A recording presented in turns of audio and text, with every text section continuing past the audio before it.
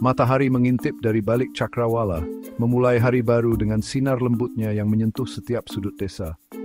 Mewarnai langit dengan semburat jingga dan merah muda, menciptakan kanvas alami yang indah.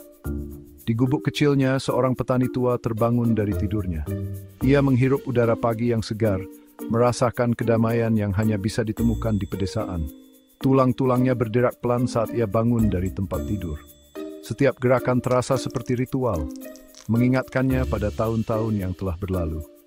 Setiap pagi, Pak Tani memulai harinya dengan cara yang sama.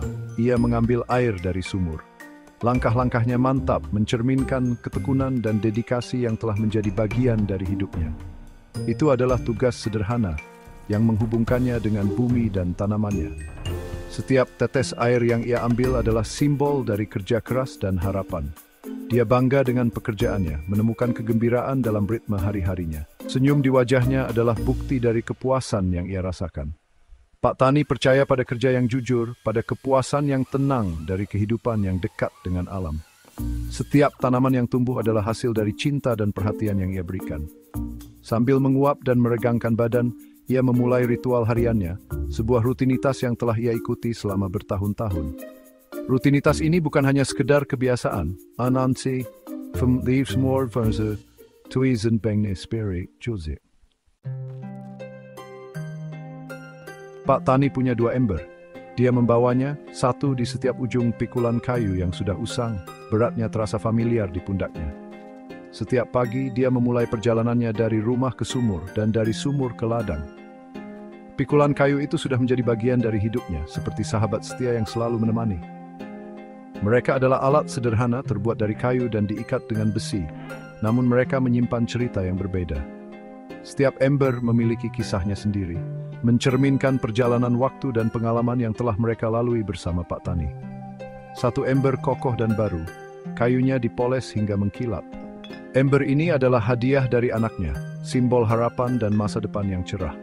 Setiap kali Pak Tani melihat ember ini, dia teringat akan cinta dan perhatian keluarganya.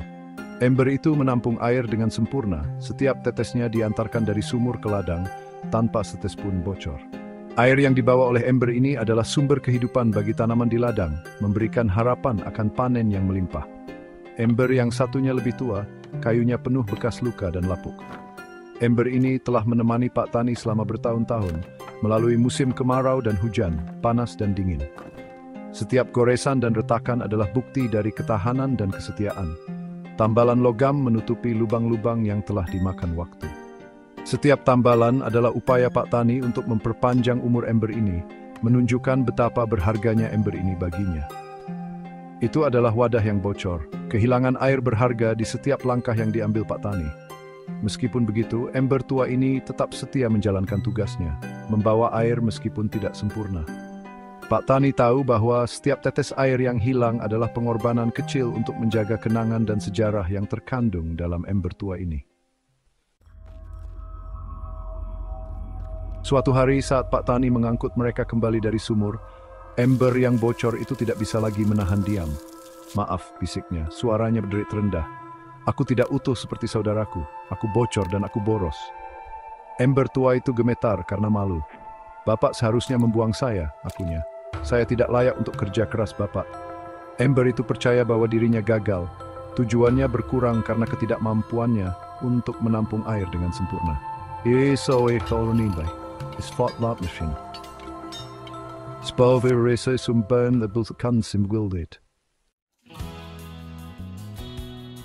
Pak Tani berhenti, tangannya bertumpu pada tepi ember yang bocor. Dia menatap ember itu, matanya berkerut di sudut-sudutnya dengan penuh pengertian. "Emberku sayang," katanya, suaranya lembut. "Jangan bicara tentang ketidakberhargaan." Pak Tani tersenyum, sentuhannya lembut pada kayu lapuk itu. "Kamu lebih berharga dari yang kamu tahu," dia meyakinkan. "Ayo biar kutunjukkan padamu." Pak Tani mengangkat pikulan dan melanjutkan perjalanannya kembali ke ladang. Ember yang bocor itu mengikutinya. Harapan berkelap-kelip di hatinya. Kata-kata Pak Tani adalah balsam bagi semangat ember yang terluka. Bagian 5, Jalan Setapak Keindahan Tak Terduga. Saat mereka berjalan, Pak Tani memandu ember yang bocor di sepanjang satu sisi jalan setapak. Air menetes dari lubang-lubangnya meninggalkan jejak berkilauan di tanah. Lihat, kata Pak Tani menunjuk ke tanah. Apakah kamu melihat apa yang telah kamu lakukan? Di tempat ember yang bocor itu berjalan, sebaris bunga liar bermekaran. Kelopaknya semburat warna meminum air yang tumpah. Jalan setapak yang biasanya bercedul dan gersang, kini menjadi indah, semua kat ambodol. Bagian 6, menerima ketidaksempurnaan. Ember yang bocor itu menyaksikan dengan takjub. Ia tidak pernah mengira kekurangannya bisa menciptakan sesuatu yang begitu indah. Ia begitu fokus pada kekurangannya, sehingga ia gagal melihat kebaikan yang dibawanya ke dunia. Pak Tani tersenyum. Kau tahu temanku, katanya, kebocoranmu bukanlah kelemahan. Mereka adalah sumber kehidupan dan keindahan. Daya injeskais kembali membutuhkan ketetain air itu stabil untuk berkembang. Ember yang kokoh dengan segi kesempurnaan nanti, tapi baraj red bunga kita sedang sama.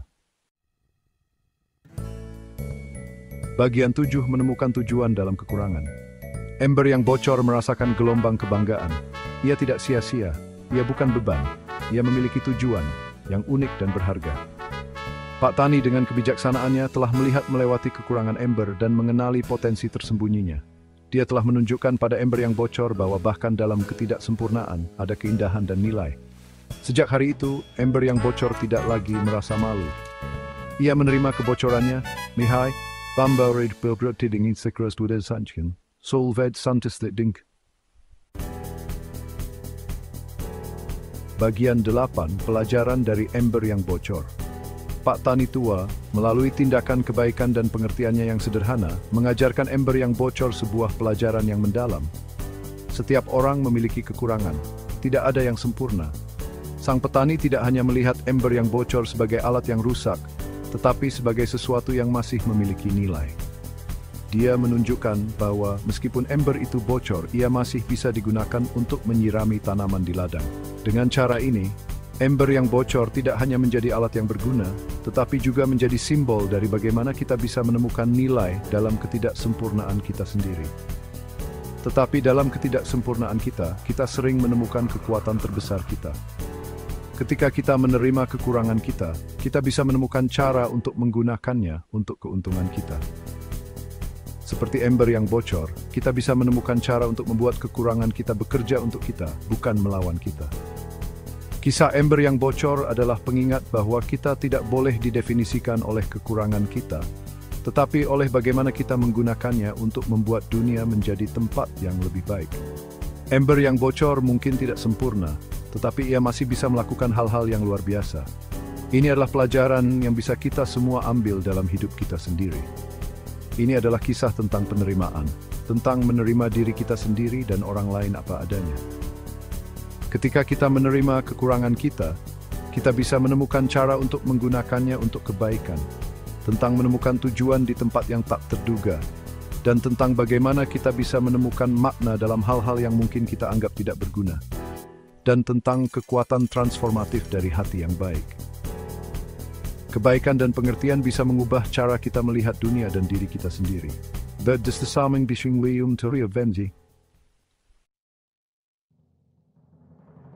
Bagian 9, dunia keindahan yang unik. Pak Tani tua melanjutkan rutinitas hariannya. Dua embernya berayun di sisinya. Dia menghargai keduanya, yang kokoh dan yang bocor, karena masing-masing berkontribusi pada keseimbangan dunianya yang rapuh. Ember yang bocor, yang dulu penuh rasa malu, kini meluap dengan kebanggaan. Tetesannya merupakan simfoni kehidupan, melukis jalan setapak dengan bunga-bunga yang semarak. Maka Pak Tani tua, dua ember, dan jalan setapak bunga liar menjadi bukti ketidaksempurnaan. Pengingat diam-diam bahwa kekurangan kita seringkali menyimpan benih dari karunia terbesar kita.